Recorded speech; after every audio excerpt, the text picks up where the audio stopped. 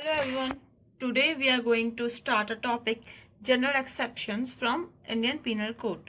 It deals with the chapter 4. General exception deals with the section 76 to 106.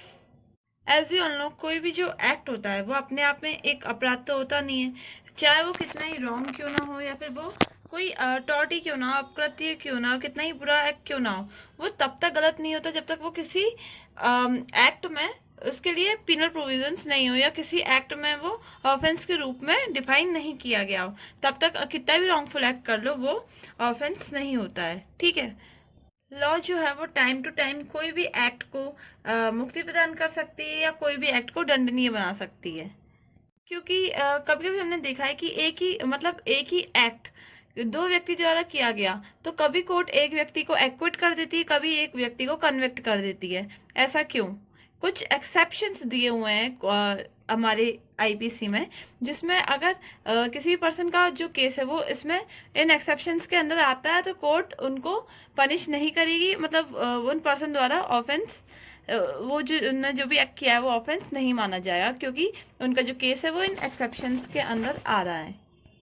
As we all no कि कोई भी crime करने के लिए दो चीज़ें असेंशियल होती हैं। पहला mens rea and another one is actus Reis.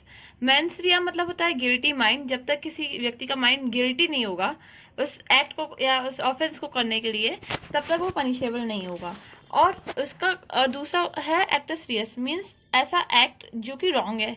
Wrong मतलब एक्ट और मेंस रिया ये दोनों चीज़ों को मिला के एक क्राइम बनता है, guilty mind and wrongful act. जब तक अगर ये दोनों चीज़ें प्रेजेंस नहीं है तो फिर कोई एक्ट ऑफेंस नहीं माना जाएगा।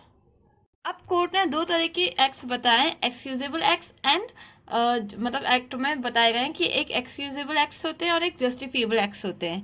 इन एक्ट्स के अंदर पर्सन अगर कोई भी ऑफेंस करता है और अगर इन एक्ट्स में वो आता है तो फिर उसको क्या एक्विट कर देंगे, उसको सजा नहीं मिलेगी और ऑफेंस जो भी उसके द्वारा किया गया है वो ऑफेंस नहीं माना जाएगा।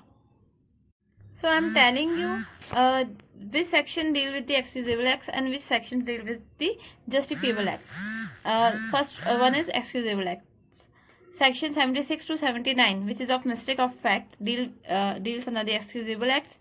Section 80 accident, Section 82, 83 infancy, Section 84 insanity and intoxication. These falls under the excusable act. And justifiable acts. Section 77 and 78 judicial acts, they are justifiable acts. Section 81 necessity, Section 87 to 89 and 92 consent, Section 94 duress, Section 93 communication, Section 95 deals with referrals, and Section 96 to 106 are the sections of private defense. They are justifiable acts. So अब हम start करते हैं section 76 से, general exception का। Act done by a person bound or by mistake of fact believing himself bound by mistake of law. कोई एक ऐसा act है जो किसी पर्सन ने किया और वो मिस्टेक ऑफ फैक्ट में किया और उसको ये लगा कि वो लॉ द्वारा बाउंड है, उसको ये एक्ट करना चाहिए था। तो यहाँ पे क्या था, ना उसका मेंस रिया था, ठीक है, गिल्टी माइंड नहीं था, एक्ट उसका था भले ही बट मेंस रिया तो नहीं था, तो यहाँ पे वो जो पर्सन है वो लायबल नहीं होगा। And as we all know the maxim ignorantia juris non excusat and ignorantia justi excusat means ignorance of law is not an excuse but ignorance of fact is an excuse। तथ्य की जो भूल है, भ्रम है, उसको माफ कर दिया जाता है, लेकिन मिस्टेक ऑफ फैक्ट जो लॉ की मिस्टेक हुई है उसको माफ नहीं किया जा सकता। ओके, इसका एक बहुत अच्छा एग्जाम्पल देती हूँ। एक केस था जिसमें पुलिस को बोला गया था कि एक्स नाम के व्यक्ति को अरेस्ट करके लाना। पुलिस वहां जाती है, उसको लगता है कि वाई नाम वाला व्यक्ति ही एक्स है, तो वो मिस्टेक ऑफ फैक्ट में थी। जो पुलिस ऑफिसर था वो मिस्टेक ऑफ फैक्ट में था और उसको ये वो बाउंड बाय लॉ था, उसको लगा था कि मैं लॉ द्वारा बाउंड हूँ, मुझे अरेस्ट करना है, लेकिन मिस्टेक ऑफ फैक्ट में उसने एक्स की जगह वाई को अरेस्ट कर दिया। तो यहाँ पे जो पुलिस वाला है उसका जो एक्ट है वो उसको एक्सक्यूज मिल जाएगा, मतलब वो लायबल नहीं होगा। रजिस्ट्रेशन दिया हुआ है सेक्शन 76 में ए वाला, a soldier files on a mob by the order of his superior officer in conformity with the commands of law, A has committed no offense. Legal order के अंतर्गत उस व्यक्ति ने अपनी सुपीरियर ऑफिसर की कमांड के अंदर एक जो मॉब था, मतलब भीड़ जा रही थी, तो वहां पे उसने भीड़ पर गोली चलाई, फायर किया। तो जो पर्सन है जिसने फायर किया वो उसने कोई अपराध नहीं किया है, क्योंकि उसको ये लगा था कि वो बाउंड बाय लॉ है ये एक्ट करने के लिए। एंड अनदर इलस्ट्रेशन, जैसे मैंने आपको उसी का केस का बताया था कि जो न्यायालय में कोर्ट में एक ऑफिसर है, उसको बोला गया कि आप वाई को अरेस्ट करो, तो उसको लगता है कि जेड ही वाई है, तो वो जेड को अरेस्ट कर लेता है। तो ये मिस्टेक ऑफ फैक्ट में उसने किया अरेस्ट, और वो लीगली बाउंड था उसको वाई को अरेस्ट करने के लिए, लेकिन उसको लगा कि जेड ही वाई है, तो उसने जेड को अरेस्ट कर लिया। तो मिस्टेक ऑफ फैक्ट में किया, लेकिन वो बाउंड बाय लॉ था, इसलिए उसका जो एक्ट है वो जस्टिफिएबल है, एक्सक्यूजेबल है। ओके, तो यहाँ पर वो लायबल नहीं है। Now section 77 act of a जज वाइल एक्टिंग जुडिशियली। इसमें ये दिया गया है कि nothing is an offence which is done by a जज when acting judicially in the exercise of any power which is or which is good faith believes he believes to be given to him by law. यहाँ पर judicial act के बारे में बताया गया है section 77 and 78 में। 77 में ये बताते हैं कि ऐसा कोई भी कार्य वो ऑफेंस नहीं माना जाएगा यदि कोई भी जज है वो गुड फेथ में अपनी जो जुडिशियल पावर है उसको एक्सरसाइज करते हुए अगर वो कुछ एक्ट ऐसा करता है, ठीक है, और उसको ये लगता है कि लॉ द्वारा उसको शक्ति प्रदान की गई है वो एक्ट करने के लिए, तो वहां पे वो जो जज है वो लायबल नहीं होगा। Okay, now section 78. Section 78 says act done pursuant to the judgment or the order of court. कोई भी ऐसा एक्ट जो कि निर्णय या आदेश के अनुसरण में किया गया हो, मतलब कुछ कोर्ट का जो भी जजमेंट है उसके परसुएंट में अगर कोई भी ऐसा एक्ट किया गया है और जो व्यक्ति उस एक्ट को करता है वो गुड फेथ में करता है, तो कि न्यायालय को अधिकार है, भले ही वो अधिकार नहीं हो, मीन्स वो पर्सन अगर जो कोर्ट है कि कोई भी ऐसी बात जो न्यायालय के निर्णय या आदेश के अनुसरण में की जाए, तो उसके निर्णय और आदेश के प्रवृत्त रहते हुए की जाए, वो अपराध नहीं है। चाहे वो न्यायालय ऐसा निर्णय या आदेश की, भले ही जो कोर्ट है उसको ऐसा निर्णय या आदेश ऑर्डर देने की जुरिस्डिक्शन नहीं हो, लेकिन जब तब कि ये कार्य करने वाला व्यक्ति अगर वो गुड फेथ से करता है और कोई भी जजमेंट या ऑर्डर को पर्सुएंट में, मतलब उसको एक्सरसाइज करते हुए अगर वो एक्ट करता है, तो वो जो एक्ट है वो जस्टिफिएबल है, मीन्स एक्सक्यूजेबल है। उसको वहाँ पे जो पर्सन जो एक्ट कर रहा है वो लायबल नहीं है, बिकॉज वो कोर्ट के जजमेंट और ऑर्डर के अनुसरण में वो काम कर रहा है। Now section 79। सेक्शन 79 ये बोलता है कि act done by a person justified or by mistake of fact believing himself justified by law, मतलब जो विधि द्वारा न्यायमत या तथ्य की भूल से अपने को विधि द्वारा न्यायमत होने का विश्वास करने वाला व्यक्ति द्वारा किया गया कार्य।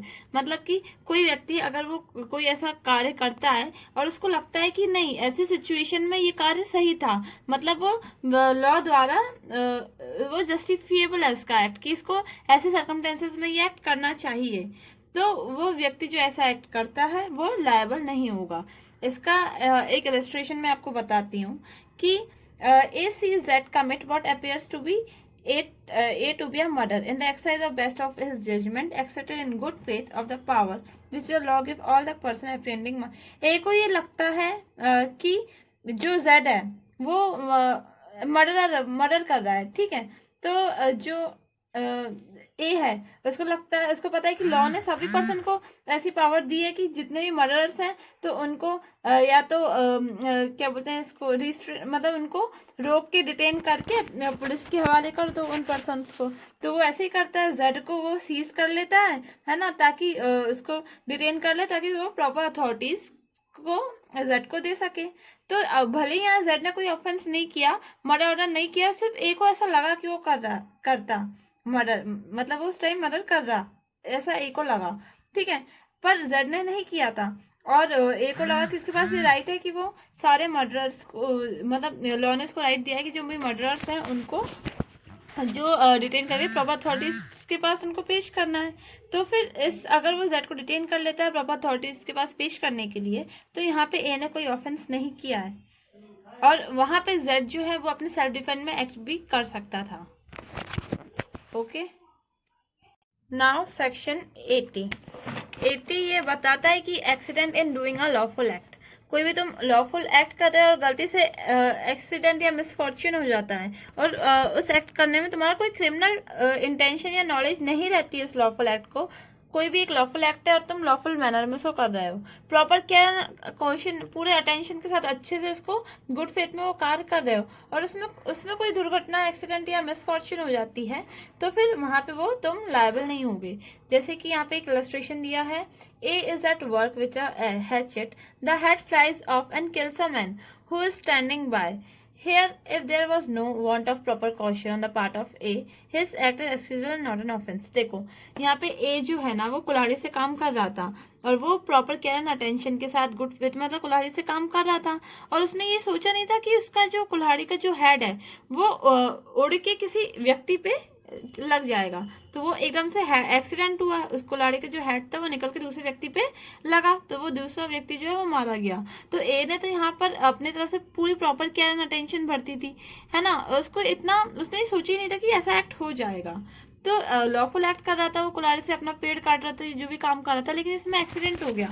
तो उसमें ए का ना तो इंटेंशन है ना नॉलेज है उस एक्ट को करने के लिए, ना उसके पास कोई मेंसरिया है ऐसा एक्ट करने के लिए। तो यहाँ पे जो पर्सन है ए वो उस पर लाइबिलिटी नहीं आएगी, उसने कोई ऑफेंस नहीं किया, उसको बचाव मिल जाएगा सेक्शन 80 के अंतर्गत।